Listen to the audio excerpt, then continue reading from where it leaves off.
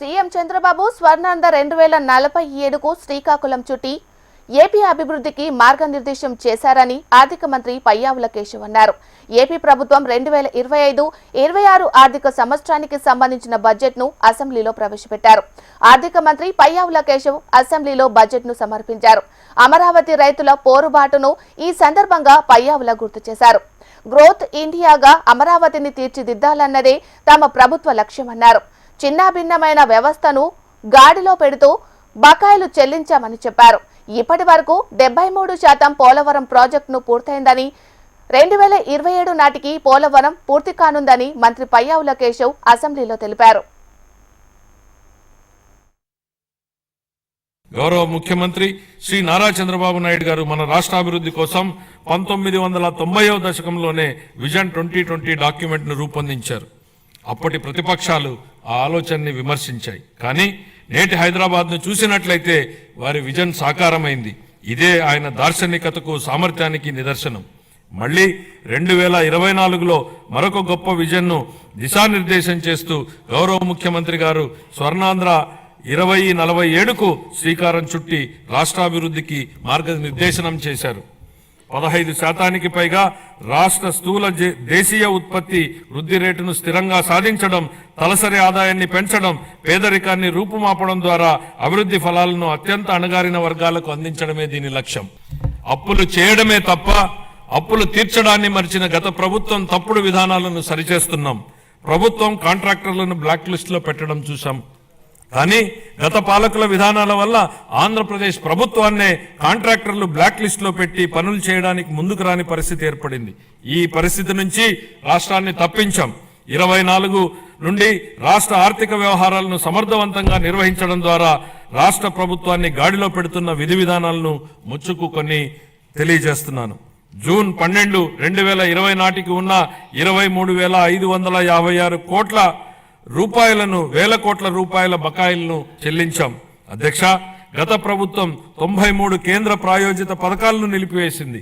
9,371 కోట్ల రూపాయల బకాయిలను చెల్లించడం ద్వారా 74 పథకాలను మా ప్రభుత్వం పునఃప్రారంభించింది.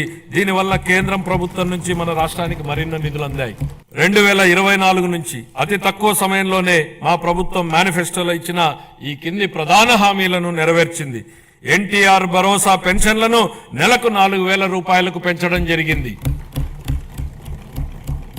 పేదల కోసం 204 అన్నా క్యాంటీన్లను ఏర్పాటు చేయడం జరిగింది. దీపం పథకం ద్వారా ఉచిత సిలిండర్లను ఇవ్వడం జరుగుతోంది. అర్చకులు, ఇమాంలు మరియు మౌజన్లకు గౌరవ వేతనం పెంచడం జరిగింది. 16,347 ఉపాధ్యాయుల నియామక ప్రక్రియకు మా ప్రభుత్వం శ్రీకారం చుట్టింది. అధ్యక్ష, చేసే ప్రతి పనిని ప్రజల ఆమోదంతో చేయాలనేది చంద్రబాబు గారి ఆలోచన. నేడు, రేపు మరియు మర్నాడు ప్రజలను ఒప్పించి ముందుకు సాగాలి. ప్రజాస్వామ్యంలో ఇది నిరంతర ప్రక్రియ. వ్యవసాయం గాడి తప్పితే మరేదీ సక్రమంగా సాగడానికి అవకాశం ఉండదు. మన రాష్ట్ర వ్యవసాయ రంగం 62% జనాభాకు ఆసరాగా ఉంటూ మన ఆర్థిక వ్యవస్థకు వెన్నెముకగా నిలుస్తోందన్నది వాస్తవం. వ్యవసాయ రంగం ఎంతో ప్రాముఖ్యతను కలిగి ఉన్నప్పటికీ అనేక కీలక పథకాలను అమలు చేయడంలో గత ప్రభుత్వం పూర్తిగా విఫలమైంది. వివిధ వ్యవసాయ పథకాల కింద చెల్లించవలసిన 5,510 కోట్ల రూపాయల బకాయిలను గత ప్రభుత్వం చెల్లించలేదు. వీటిలో 693 కోట్ల రూపాయల బకాయిలను మా ప్రభుత్వం చెల్లించింది. రాష్ట్రీయ కృషి వికాస్ యోజన కింద చేపట్టే డ్రిప్ ఇరిగేషన్ పథకాన్ని గత కొన్ని సంవత్సరాలుగా అమలు చేయలేదు. డ్రిప్ ఇరిగేషన్ గురించి ఎవరూ ఆలోచన చేయని 90వ దశకంలో ఇజ్రాయెల్ టెక్నాలజీని రాష్ట్రానికి తేవాలన్నారు చంద్రబాబు నాయుడు గారు. అధ్యయనానికి ఇజ్రాయెల్కి వెళ్లిన కమిటీలో నేను సభ్యుడిగా ఉన్నాను. అధ్యక్ష, 3 IAS అధికారులను, నన్ను సభ్యుడిగా ఆ కమిటీలో నియమించారు. నాటి ఉమ్మడి రాష్ట్ర ముఖ్యమంత్రి చంద్రబాబు గారి సూచనల మేరకు దాన్ని అధ్యయనం చేసి అందించిన నివేదిక ఆధారంగా దేశంలోనే తొలిసారిగా ఉమ్మడి రాష్ట్రంలో డ్రిప్ ఇరిగేషన్ పైలట్ ప్రాజెక్టు ప్రారంభించారు. రాజధాని అమరావతి. అసంబద్ధ రాష్ట్ర విభజన కారణంగా రాజధానిని కోల్పోయిన మన రాష్ట్రానికి అమరావతిని ప్రజా రాజధానిగా ఏర్పాటు చేసుకున్నాం. దీనికి ఆనాడు ఆమోదం తెలిపి అధికారంలోనికి రాగానే మాట మార్చారు. మాట మార్చడమే కాకుండా అమరావతి విధ్వంసానికి నడం బిగించారు. నాటి ప్రభుత్వ అరాచక విధానాలపై అమరావతి రైతులు పోరుబాటును ఎంచుకోవడం, తమని తాను కాపాడుకుంటూ రాష్ట్ర రాజధానిని కూడా కాపాడుకునేలా అమరావతి రైతులు చేసిన పోరాటాన్ని ఈ సందర్భంగా గుర్తు చేస్తున్నా అధ్యక్ష. తిరిగి రాష్ట్ర ప్రజల ఆకాంక్షలకు అనుగుణంగా రాజధాని పనులను పెద్ద ఎత్తున చేపట్టేందుకు సిద్ధంగా ఉన్నామని చెప్పడానికి సంతోషిస్తున్నాను అధ్యక్ష. రాజధాని అనేది ఓ ప్రాంతం కోసం కాదు, రాష్ట్ర అభివృద్ధి కోసం దోహదం చేసే గ్రోత్ ఇంజన్ గా అమరావతిని తీర్చిదిద్దాలనేదే మా ప్రభుత్వ లక్ష్యం.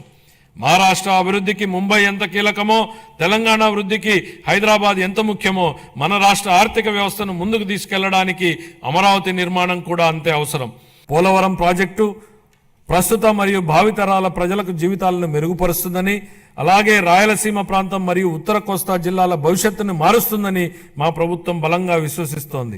భవిష్యత్తును తీర్చిదిద్ది వ్యవసాయాన్ని పరిరక్షించి మన రాష్ట్రాన్ని నీటి భద్రత గల కరువు రహిత రాష్ట్రంగా మార్చే శక్తి ఈ ప్రాజెక్టుకు ఉంది. మా ప్రభుత్వం ఈ ప్రాజెక్టు మొదటి దశకు గాను కేంద్ర ప్రభుత్వం నుండి 12,157 కోట్ల రూపాయలను పొందగలిగింది.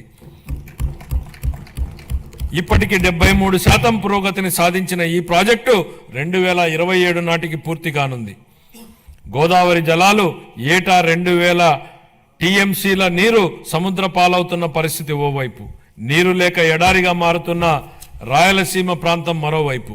వృధాగవుతున్న నీటిని సద్వినియోగం చేసుకుంటూ ఆంధ్రప్రదేశ్ను కరువు రహిత రాష్ట్రంగా మారుస్తూ రైతుల జీవితాలలో వెలుగు నింపే దిశగా బృహత్తరమైన పోలవరం బనకచెర్ల నదుల అనుసంధాన ప్రాజెక్టును మన గౌరవ ముఖ్యమంత్రి గారు శ్రీకారం చుట్టారు. దీనికోసం ప్రణాళికలు రూపొందించే ప్రక్రియ ప్రారంభమైంది. ఈ బృహత్తరమైన ప్రాజెక్టుకు అవసరమయ్యే 1,000 కోట్ల రూపాయలను సమకూర్చుకోవడానికి ఉన్న అన్ని అవకాశాలను గౌరవ ముఖ్యమంత్రి గారు అన్వేషిస్తున్నారు.